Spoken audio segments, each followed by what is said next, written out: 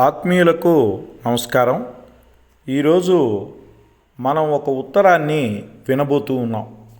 ప్రతి తండ్రి తన పిల్లలకు రాసే ఒక లేఖలా నేను ఈ లేఖ నా కుమారుడికి రాస్తున్నా. నీ తండ్రిగా నేను నీకు కొన్ని విషయాలు చెప్పలేకపోతే ఇంకెవ్వరూ ఎప్పటికీ నీకు చెప్పరు. జీవితంలో అదృష్టం దురదృష్టం అనేవి చాలా చంచలమైనవి. ఎవరూ వీటిని ఖచ్చితంగా అంచనా వేయలేరు. అవి ఎప్పుడైనా జీవితాన్ని శాసిస్తాయి. నేను చెప్తున్నవి అన్నీ నేను జీవితంలో అనుభవంలోకి తెచ్చుకొని అనుభవించినవి. నీకు ఇవి తెలిస్తే బహుశా జీవితంలో చాలా సమయాలలో నీ గుండె గాయపడకుండా ఉంటుంది.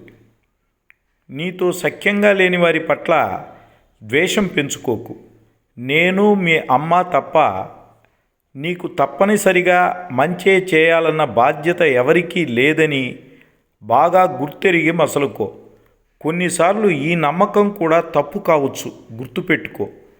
నీతో మంచిగా ఉన్నవారి పట్ల కృతజ్ఞుడివై ఉండు. వారిని జాగ్రత్తగా గమనించు. ఎందుకంటే ప్రతి పనికి ఒక ఉద్దేశం ఉంటుంది. నీతో ఎవరైనా స్నేహంగా ఉంటే ఎప్పటికీ అలానే వారు ఉండాలని లేదు. జాగ్రత్త. గుడ్డిగా వారిని ఆత్మీయులుగా నమ్మి మనసు గాయపరుచుకోవద్దు. ఏ ఒక్కరూ నీకు తప్పనిసరి కాదు.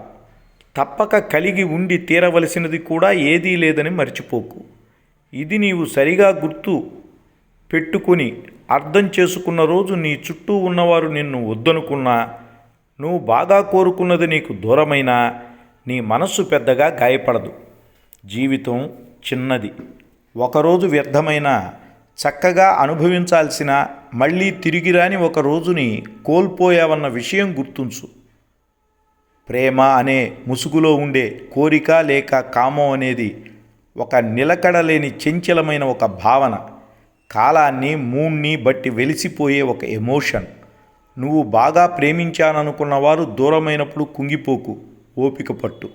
కాలం నీ గాయాలను బాధలను అన్నింటినీ కడిగేస్తుంది. కావాలంటే నీ చుట్టూ ఉన్నవారి జీవితాలని గమనించు. నిజమని తెలుస్తుంది.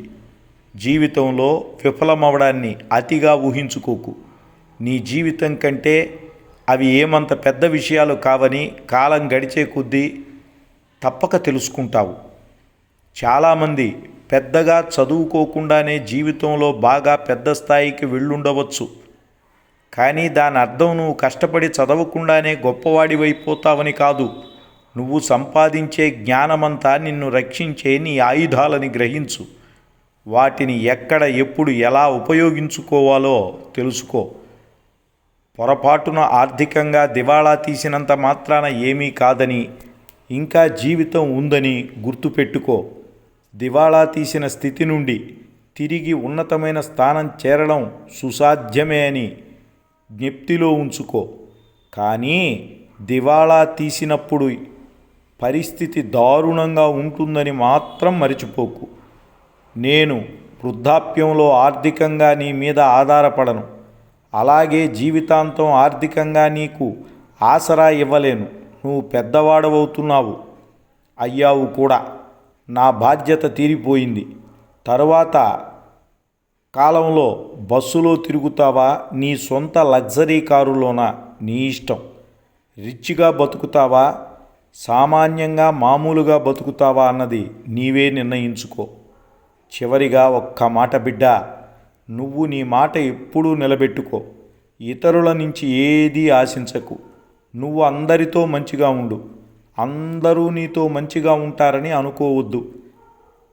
శారీరక మానసిక ఆరోగ్యం ముఖ్యం అని సదా గుర్తుపెట్టుకో. ఉంటాను. నీ తండ్రి, బత్తెన సాయి కుమార్ రెడ్డి. భారతమాతకు వందనం. తెలుగు తల్లికి అభివందనం. వందే మాతరం.